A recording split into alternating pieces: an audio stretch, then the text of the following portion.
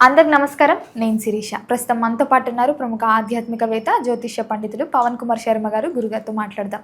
నమస్కారం గురుగారు. శ్రీమాత్రే నమః. గురుగారు, విశేషంగా ఈ ఉగాది నుంచి కుంభరాశి వారికి ఎలా ఉండబోతుందంటారు? ఎలాంటి జాగ్రత్తలు తీసుకుంటే బాగుంటుందంటారు? శివాయ గురవే నమః. శ్రీ మహాగణాధిపతయే నమః. కుంభరాశి వారిని మనం ఈ సంవత్సరం పరాభవనామ సంవత్సరం గమనించినట్లయితే ధనిష్ఠ నక్షత్రం 3, 4 పాదాల వారు, శతభిష నక్షత్రం 1, 2, 3, 4 పాదాల వారు, పూర్వాభాద్ర నక్షత్రం 1, 2, 3 పాదాల వారు ఈ కుంభరాశిలోకి వస్తారు. వీళ్ళకి ఆదాయం 2, వ్యయం 8, రాజపూజ్యం 4, అవమానం 2. అంటే ఆదాయం కంటే ఖర్చు 4 ఎక్కువగా చూపిస్తారు. ఇక మనం రాజపూజ్యం అవమానం గనక మనం చూసినట్లయితే 4, 2గా ఉండడం వల్ల కొద్దిగా అంత ఇబ్బందికరమైన వాతావరణం కనిపించట్లేదు. ఇక పంచమంలో ఉన్నటువంటి గురుడు చక్కగా సామాన్యమైనటువంటి ఫలితాలు ఇస్తున్నప్పటికి కూడాను ఎప్పుడైతే 6వ స్థానంలో ఉచ్చస్థితిలోకి వెళ్ళిపోతాడో అప్పుడు మంచి ఫలితాలు ఉంటాయని చెప్పుకోవచ్చు. అయితే సహజంగా పంచమమే గురువుకి బాగుంటుంది కదా, 6వ స్థానంలోకి వెళ్తే ఏమిటి అంటే 6లో వెళ్ళినప్పుడు ఆరోగ్యాన్ని బాగు చేస్తాడు. రెండవది, ఇప్పటిదాకా మన మీద ఎవరు శత్రుత్వాన్ని చూపించారో వాళ్ళందరూ మనకై తిరిగి వస్తారన్నమాట. వాళ్ళు మిత్రులుగా మారిపోతారు. వాళ్ళు మీకు అనుకూలంగా మారిపోయి మీ దగ్గర ఏ ఇబ్బందిని వాళ్ళు కలుగజేశారో దానికి వాళ్లే పశ్చాత్తాపడతారు. అటువంటి గురుడు సువర్ణమూర్తిగా 6వ స్థానంలోకి రావడం అనేటటువంటి దాన్ని అద్భుతమైనటువంటి యోగంగా కుంభరాశి వారికి మనం చెప్పవచ్చు. ఇక రెండవది, కుటుంబ వృద్ధి, ధన వృద్ధి కనపడుతుంది ఈ 6వ స్థానంలో ఉండడం వల్ల. తర్వాత రాహుకేతువులు కూడా మరి వ్యయము, అలాగే 7వ స్థానాల్లో ఉన్నటువంటి రాహుకేతువులు ఇప్పుడు లాభంలోకి వెళ్ళబోతున్నారు. ఎప్పుడు చివరి భాగంలో. అప్పుడు కొద్దిగా అనుకూలమైనటువంటి వాతావరణం కనపడుతుంది మళ్ళీ. ఇక ఏలినాటి శని ప్రభావం ఉంది. శని భగవానుడు ద్వితీయంలోనే ఉంటాడు. ఆయన ఈ సంవత్సరం మొత్తం అక్కడే ఉండడం వల్ల శని ఇచ్చేటటువంటి గొప్ప ఫలితాలు ప్రత్యేకంగా చెప్పడానికి ఏమీ లేవు అని చెప్పచ్చు. ఇక ఈ రాశి వారికి మనం గమనించినట్లయితే వ్యవసాయదారులకు వాతావరణం అనుకూలంగా ఉంది అని చెప్పాలి. క్రమశిక్షణతో చేసే కృషి చాలా మంచి ఫలితాన్ని ఇస్తుంది. చాలాసార్లు నేను చెప్తూ ఉంటాను, ఎవరు క్రమశిక్షణగా ఉంటారో వాళ్ళని శని భగవానుడు ఏమీ చేయడు. క్రమశిక్షణగా ఉండే వాళ్ళ జోలికి శని భగవానుడు వెళ్ళడు.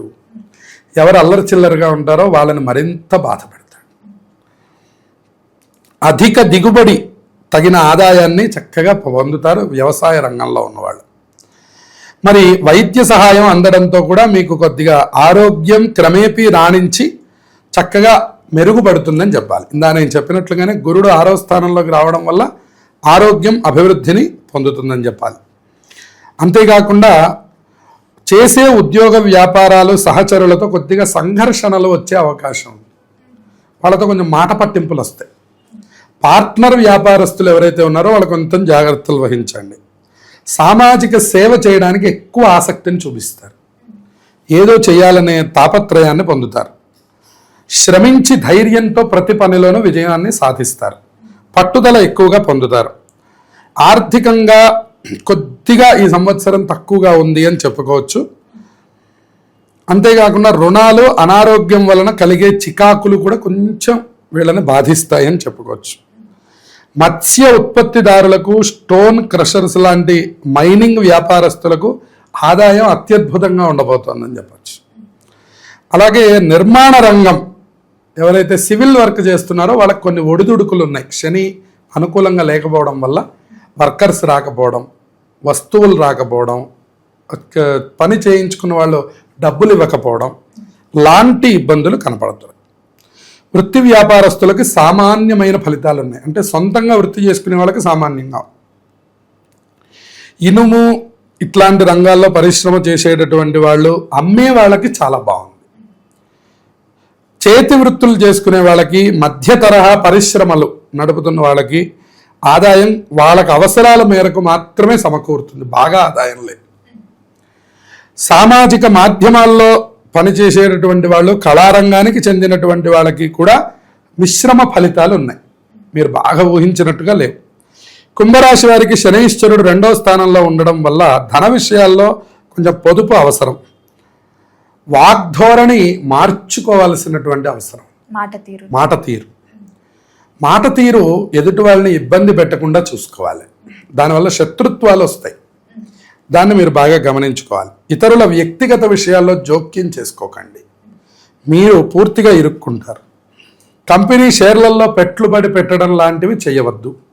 అవి ఎక్కడ పెట్టినవి అక్కడే ఉంటాయి, అభివృద్ధి లేకుండా. అంతేకాకుండా రైతులకు కుమ్మరి, అలాగే బంగారం మొదలు భూమి నమ్ముకొని జీవించే వృత్తుల వారికి ఆదాయం గణనీయంగా ఉంటుంది. అంటే అప్పటికప్పుడు సరిపోతుంది, కానీ లాభం అని చెప్పడానికి వీల్లేదు. ఈ రాశి వారు ఎక్కువ భ్రమలకు, ఇతరులు చెప్పే విషయాలకు లోనయ్యే అవకాశాలు ఎక్కువగా ఉన్నాయి. అంటే ఇతరులు ఏదైనా చెప్తే దాన్ని వెంటనే నమ్మడం కానీ, ఎదుటి వాళ్ళకి తొందరగా లొంగిపోవడం లాంటివి కనపడుతున్నాయి. ఎవరైనా వచ్చి చెబితే ఆ విషయాన్ని తొందరగా నమ్మేస్తారు. అది వీళ్ళకి జాగ్రత్తలు చెప్పాల్సిన సమయం. ఇతరుల విషయాల్లో తలదూర్చి హద్దు మీరు ప్రవర్తించడం కూడా కనపడుతుంది. మీరు ఇన్వాల్వ్ అవ్వాల్సిన దానికంటే ఎక్కువ ఇన్వాల్వ్ అవ్వడం, దానివల్ల మీకు సమస్యలు ఎక్కువ కనపడుతున్నాయి. భవిష్యత్తు గురించి ఎక్కువగా ఊహాగానాలు చేయడం లాంటివి చేస్తూ ఉంటారు. జన్మ రాశిలో రాహు ఉండడం వల్ల ముఖము ఎవరికి చూపించలేకపోవడం, నలుగురిలో ఉండడానికి ఎక్కువ ఇష్టపడకపోవడం లాంటివి కనపడుతున్నాయి.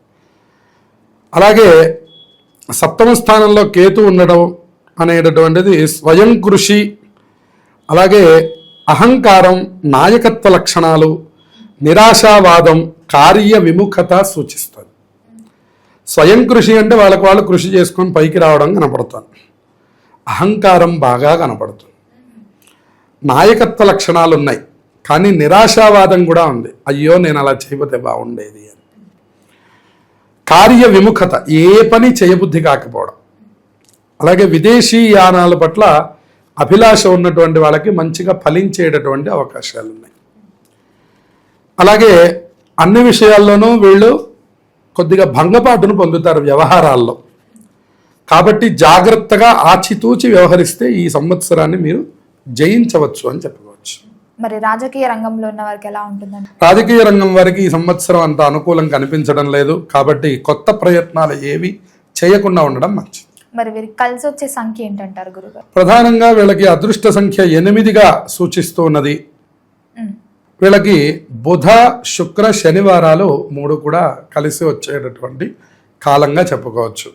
మొత్తం మీద ఈ రాశి వారు ఈ సంవత్సరంలో ఏలినాటి శని ప్రభావం తగ్గించుకోవడానికి చేసే ప్రయత్నాల వల్ల శుభాల్ని పొందుతారు. అలాగే గురుబలం కూడా తగ్గిపోయింది, దాన్ని కూడా గమనించుకోవాలి. వ్యయంలో ఉన్నటువంటి రాహువు అధికంగా ధనాన్ని ఖర్చు చేయిస్తున్నారు, అది కూడా జాగ్రత్తలు తీసుకోవాలి. మొత్తం మీద వీళ్ళకి చూస్తే కేవలం 20 ఇంకా మాట్లాడితే కొద్దిగా 25% మాత్రమే బాగుంది, మిగిలిందంతా ప్రతికూలం ఎక్కువగా కనపడుతుంది. మరి ఏడాదంతా కుంభరాశి వారు అందరికీ బాగుండాలంటే ఏ దైవాన్ని పూజించవచ్చు అంటారు? ఎలాంటి పరిహారాలు చేసుకుంటే బాగుంటుందండి? వీరికి ఏలినాటి శని దోషం తొలగిపోవడానికి ప్రతిరోజు శివాలయాన్ని సందర్శించడం సాయంకాలం వేళలో మంచి విషయం. అలాగే చెప్పులు లేకుండా దేవాలయానికి వెళ్ళడం వీళ్ళకి చెప్పదగినటువంటి సూచన. తర్వాత ఆంజనేయ స్వామి వారికి ప్రతి శనివారము ఆకు పూజ చేయించడం. ప్రతి శనివారము కూడా తమలపాకులతో ఆంజనేయ స్వామి వారికి పూజ చేయించడం వల్ల వీళ్ళకి కొంత ఉపశమనం అనేటటువంటిది కలుగుతుంది. గురుగారు, మొత్తం మీద ఈ సంవత్సరంలో కుంభరాశి వారికి ఎలా ఉండబోతుంది, ఎలాంటి జాగ్రత్తలు తీసుకోవాలో తెలియజేసినందుకు ధన్యవాదాలు. శుభమస్తు.